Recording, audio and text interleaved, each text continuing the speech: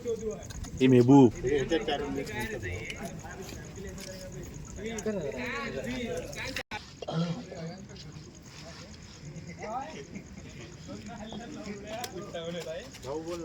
महबूब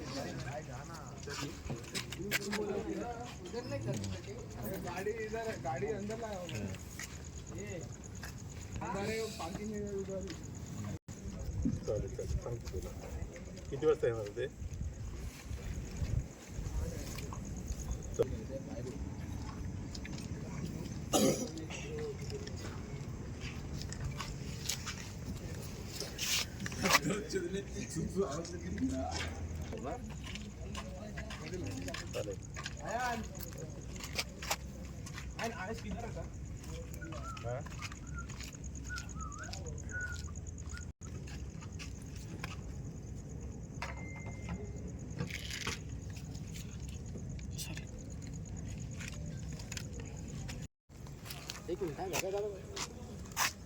हाँ role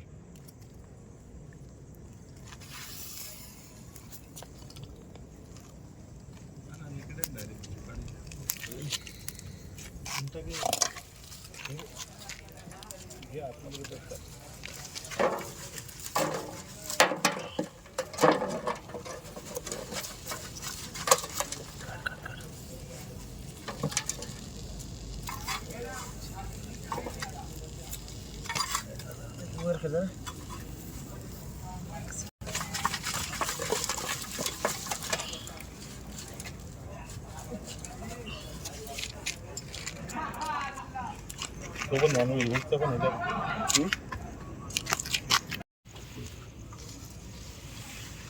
tourist आहेत थोडे एक 26 लोकांचा ग्रुप चालेल चालेल ओके ओके हो ते सांग ना आधी खाऊन तरी घे काय सांगाल पर्यटकांच्या मोठ्या प्रमाणात लोंढे इथे येत आहेत आणि पोपटीचा आनंद लुटा आयोजक म्हणून काय सांगाल रत्नागिरीमध्ये हा वर्षाचा शेवट करण्यासाठी असंख्य पर्यटक म्हणजे गर्दीचा महापूर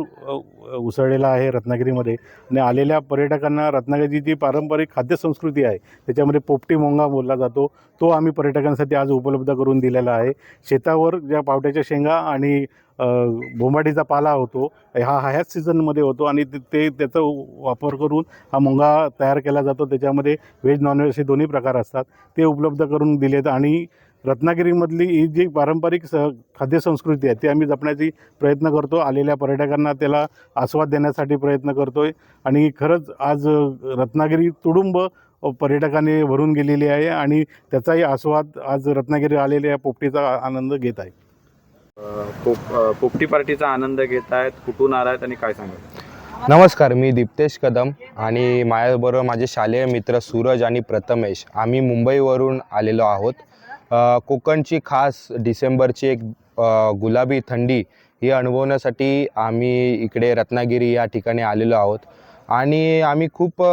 वर्षापासून आम्ही यूट्यूबवर वगैरे फार पूर्वीपासून बघत आलेलो आहे की एक पोपटी पार्टी म्हणून एक आपल्या कोकणाची एक सांस्कृतिक एक पद्धत आहे ज्यामध्ये आपलं एक नॉनव्हेज आणि व्हेज ज्यामध्ये एक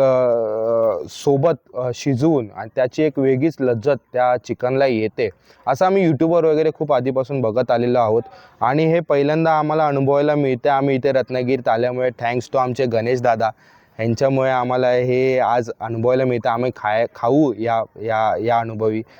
आणि एक वेगळंच आम्ही सगळे मित्र आम्ही एकत्र बसून ही गुलाबी थंडी एन्जॉय करतोय या थंडीत आलेलो आहोत या या सुंदर निसर्गामध्ये आणि एक फार छान आम्हाला एक वेगळीच वाईब येते या ठिकाणी आणि पुन्हा एकदा सांगतो खूप छान हे झालेलं आहे खूप छान असं वातावरण इथे निर्माण झालेलं आहे सगळेजण एकत्र आम्ही एन्जॉय करतो आहोत या रिसॉर्टमध्ये आणि पुन्हा एकदा थँक्स आमचे गणेश दादा यांच्यासाठी